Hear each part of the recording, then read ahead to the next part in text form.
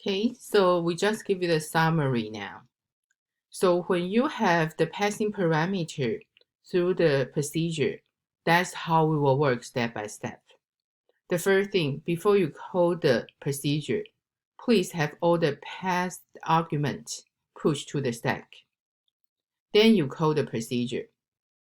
So after you code, of course, the return address for the procedure will push into the stack. Then we push the EBP into our stack. So according to the current ESP value, we will update EBP value with the current ESP value. So this EBP now is a reference pointer to refer to the passing parameter. So like you can do the EBP plus 8, EBP plus 12 to access the passing parameter. So now you will start working on the calculation using the EBP. So that's if you have the passing parameter. Addition to that, if you have local variable, we will decrement the ESP to reserve the space for the variable on the stack. For example, if you have two local variables, we do the ESP minus 8. Only one local variable, do the ESP minus 4. So then if you have any ranges not safe, you also can push that to the stack. So from here, all the steps we show you, right? So that's again, you will see this example we told you. You will have your add to procedure. So before you call the add to procedure, you need to push your parameter. You see we have 6 and 5. So then you call the parameter. So when we implement the add to procedure, you will see because you already pushed, they are in the location here. So after you call the return address here, in the beginning of your procedure, the first thing you will push the EBP. So that's the old value.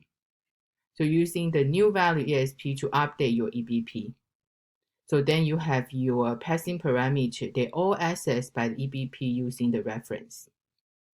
So don't forget, before your return, now you need to pop your EBP back. So that's how the value and the passing parameter work in the stack. So this example we show is the parameter we pass. We're using the immediate value. So of course, now after you have your add to procedure work, you can also push the reference value, or you can pass in the memory operand.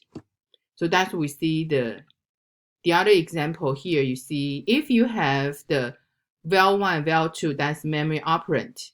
So before you call add to, you see you can just push your val2 and val1. So when we do the memory operand, you push the value. Remember, like your C++ code, when you passing the variable through the function, we passing by copy, right? Because you see the val1 actually is the variable. So when you push the val2 and val1 value into there, they will just push the value. So that's what we call the passing by value. Of course, your val2 and val1, they can be a reference. So that's why here you see, if it's a val2 and val1, you want to passing by reference. So in C++, passing by reference, we have the ampersand symbol like that, right? So actually in your assembly language, what you can do is, before you call the procedure, you can pass in the offset for the memory operand. So that's why now the memory address will be passing. So since you're passing the memory address, that's what we call the passing by reference. So that's the example. We have the procedure with the passing parameter. But honestly, did we finish?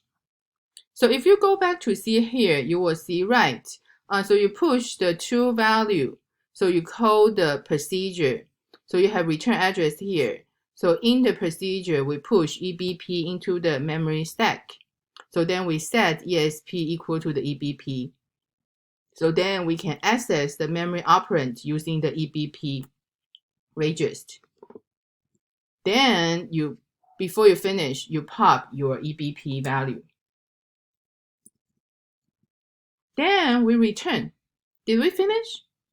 You see here, right? You pop EBP, you return, right? Return address, they will pop out, right? But did you notice, even you return back, these two values, they are still in the memory stack. Right, that's why here actually our procedure not finished yet. Actually here I want to show you is when you return here, we need to return 8. So why this 8 mean? That's mean here when you return, right? Return, you can either return address only back, but if you add a operand variable afterward, they just mean how many more bytes you want to pop out from the stack. So that's why here we will see the return. So the return actually means return from the procedure. So the return, they will automatically pop the stack into the instruction pointer. Remember, the return address go to the instruction pointer. So that's what we talk about in chapter 5. That's we usually do this one. Your return without any operand followed by return. But optional, your operand can have a value. This value actually will cost n bytes to be added to the stack pointer after the EIP. That's mean here is how many more operands you want to pop from your stack. So that's earlier I say. After we have our add to, we are not only pop EBP, we also need to return the 8. So that's how we can make sure after they come back, ESP will go back to before the value 6 they push in.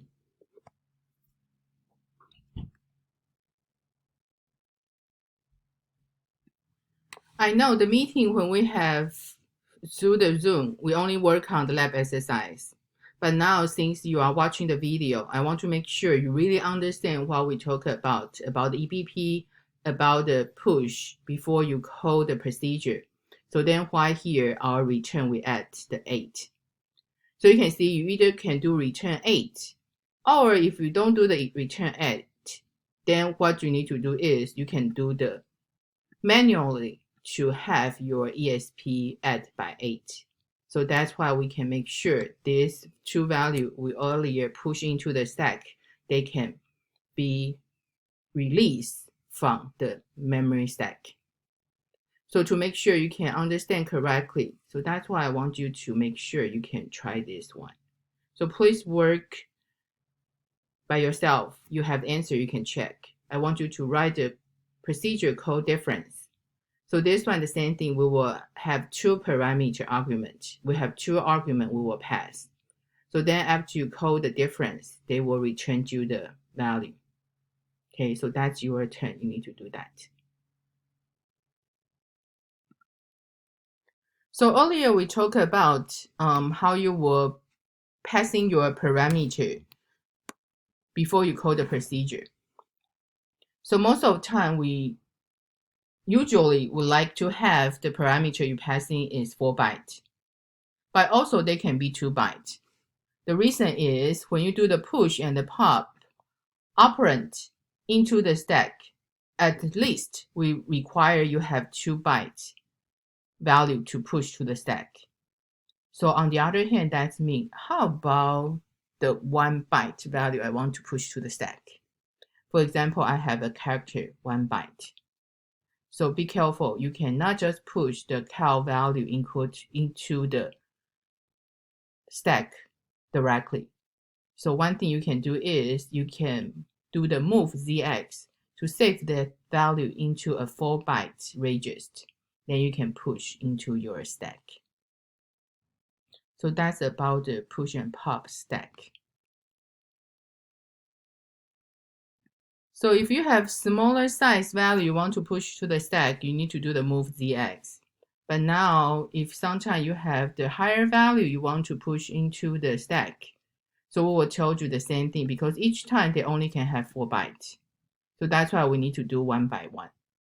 So you need to have push the higher order value to the stack first. Then you do the backward, so the lower back later.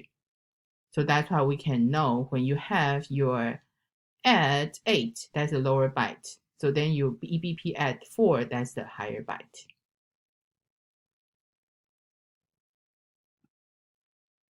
So sometimes, like we say, we use the before when we implement procedure, you also have the ranges you want to push.